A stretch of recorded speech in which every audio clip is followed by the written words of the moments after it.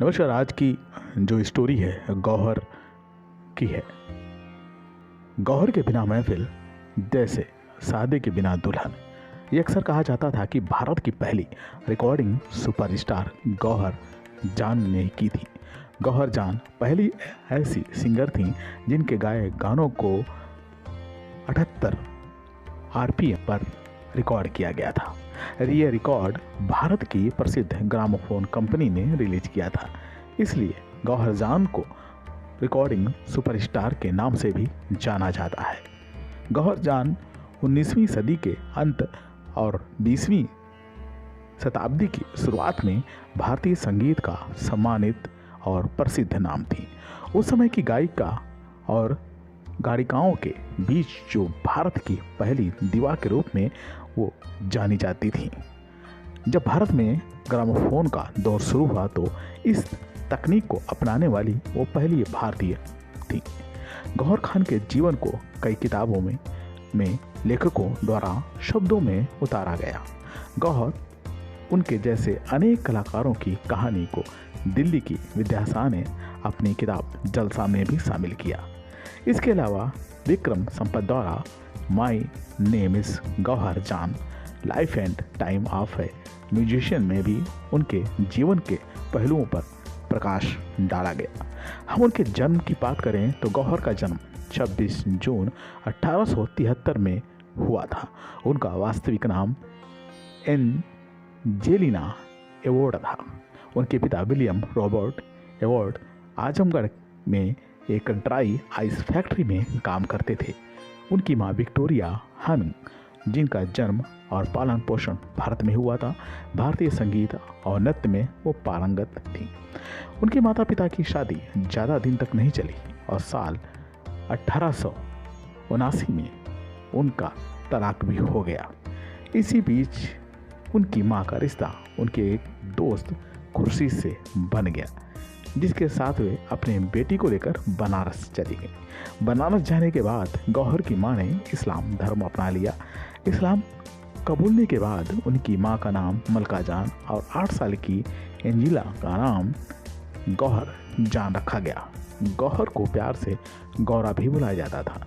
मलका जान बनारस की मशहूर हुनरमंद गायिका और कथक डांसर के तौर पर पहचानी जाने लगी। उन्हें बड़ी मलका जान भी कहा जाता था, क्योंकि उन्हीं की समकालीन 3 और प्रसिद्ध मलका जान थी, जिनमें वह सबसे बड़ी थी, इसलिए उन्हें बड़ी मलका भी कहा जाता था। कुछ ही वक्त बाद मलका जान अपनी बेटी के साथ कलकत्ता चली गईं और नवाब वाजिद अली शाह के दरबार में परफॉर्म करना शुरू कर दिया। 1883 में गौहर ने संगीत सीखना शुरू किया।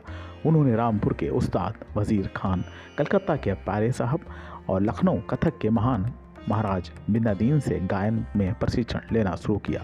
उन्होंने श्री जनबाई से ध्रुपद व धामर और चरणदास से बंगाली कीर्तनों में भी प्रशिक्षण प्राप्त किया। ये वो दौर था जब गौहर का रंग प्रवेश हुआ, मतलब उन्होंने पहली बार दरबार में अपना परफॉर्म किया था। 1887 में दरभंगा राज का दरबार और 14 साल की गौहर जान। गौहर की कला से महाराज इतने प्रभावित हुए कि उन्होंने इतनी कम उम्र में गौहर को दरबार में संगीतकार के तौर पर नियुक्त कर लिया। गौहर जान ख्याल, ध्रुपद, ठुमरी की भी मलिका थी। उनका ख्याल गायन इतना उम्दा था कि भातखंडे ने उन्हें भारत की महान गायिका घोषित कर दिया। ये उनकी आवाज़ और कला का जादू ही था जिसने उन्हें उस समय के पुरुष प्रधान क्षेत्र में अलग पहचान दिलाई। 1896 में उन्होंने कलकत्ता में प्रदर्शन करना शुरू किया। उनके चर्चे पूरे देश में होने लगे। उन्हें दिल्ली में किंग जॉर्ज वी की ताजपोशी के दौरान प्रदर्शन के लिए भी आमंत्रित किया गया। इसके बाद उन्होंने देश भर में प्रदर्शन के लिए यात्रा शुरू कर दी। उन्होंने हमदम पेन नाम से कई गज़लें भी लिखी। रिकॉर्डिंग सुपरस्टार बनने का सफ़र में ग्रामोफोन का दौर शुरू हुआ। ये देश में तकनीकी की शुरुआत थी जिसने संगीत को रिकॉर्ड करके बेचा जा सके, पर इसके लिए जरूरी था कि गायक और गायिकाएं संगीत रिकॉर्ड करने के लिए राजी हों। लेकिन उस समय इस पुरुष प्रधान देश में महिला गायिकाओं के लिए स्टूडियो जाकर रिकॉर्ड करना मर्यादाओं को तोड़ने जैसा था। साल 1902 में भारतीय संगीत का ऐतिहासिक पल लिखा गया। जी हाँ, ग्रामोफोन कंपनी ने गौहर जान को उनके लिए अपने गायन की रिकॉर्डिंग का प्रस्ताव दिया। गौहर भारत की प्रथम व्यक्ति बनी जिन्होंने रिकॉर्डिंग डिस्क के लिए 3 मिनट का राग गायन कर रिकॉर्ड किया। भारत में रिलीज होने वाली पहली रिकॉर्डिंग गौहर के ख्याल गायन की ही थी। साल 1902 में 1920 तक उन्होंने 10 से अधिक भाषाओं में 600 से अधिक गीत रिकॉर्ड किए। इसी के साथ ही वे भारत की पहली रिकॉर्डिंग सुपरस्टार भी बन गए। वे अपनी हर रिकॉर्डिंग के अंत में my name is Gauhar Khan कहकर साइन ऑफ करती थी। ये उनकी पहचान बन गई। गौहर न केवल अपनी कला बल्कि अपनी जो गायकी और जीवन शैली के लिए भी जानी जाती थी। ग्रामोफोन कंपनी के डब्ल्यू हैसबक बताते हैं कि जब भी वह रिकॉर्डिंग के लिए आती थी तो हमेशा सुंदर गाउन और बेहतरीन आभूषण भी पहनती थी। उन्होंने कभी भी रिकॉर्डिंग के दौरान एक बार पहने हुए कपड़ों को दोबारा कभी नहीं पहना। बताया जाता है कि एक बार उन्होंने दतिया में एक प्रदर्शन में जाने के लिए निजी रेल की मांग की, जिसमें उनके साथ उनका खानसामा, उनके मददगार, निजी हकीम, धोबी, अन्य नौकर भी गए। यकीनन गौहर का कोई जवाब नहीं था। गौहर जान के साथ कई कहानियाँ और भी जुड़ी हुई हैं। कितनी सच्ची है या झूठी ये तो पता पाना मुश्किल है, लेकिन कुछ किस्से हैं जो प्रसिद्ध हैं।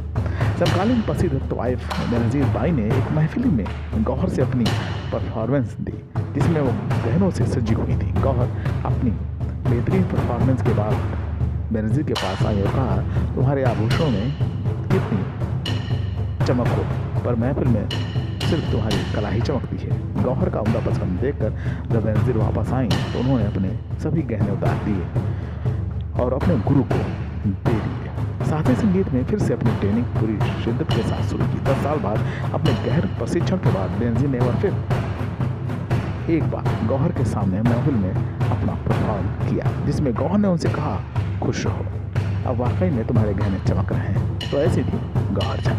भले उनका जीवन भव्यता में न बीता, पर उन्होंने तमाम जो उन्होंने जीवन भव्यता के साथ में बिताया और उसके लिए वो हमेशा अलग तरीके से जाने गए। लेकिन उनका अंतिम समय अकेले पर नहीं गुजरा।